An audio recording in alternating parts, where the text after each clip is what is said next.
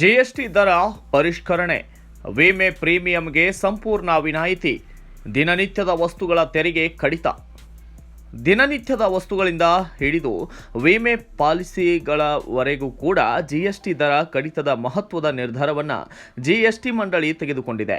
ವೈಯಕ್ತಿಕ ಜೀವ ಹಾಗೂ ಆರೋಗ್ಯ ವಿಮೆ ಪಾಲಿಸಿಗಳ ಪ್ರೀಮಿಯಂ ಮೇಲೆ ಈಗಿನಿಂದ ಜಿಎಸ್ಟಿ ಇಲ್ಲ.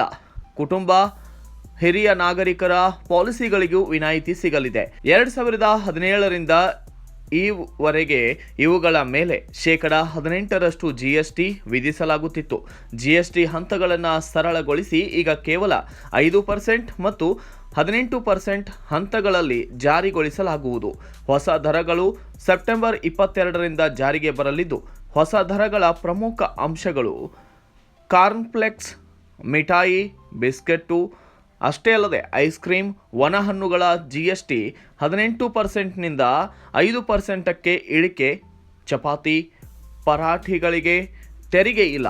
ಶಾಂಪೂ, ಸೋಪು, ಟೂತ್ಪೇಸ್ಟ್, ಹೇರ್ ಆಯಿಲ್ಗಳಿಗೆ 18% ಬದಲು 5%, ಸಿಮೆಂಟ್ಗೆ 28% ಬದಲು 18% ವಿಧಿಸಲಾಗಿದ್ದು, ಸಣ್ಣ ಪೆಟ್ರೋಲ್, ಡೀಸೆಲ್ ವಾಹನಗಳಿಗೆ 28% ಬದಲು 18% ವಿಧಿಸಲಾಗಿದೆ.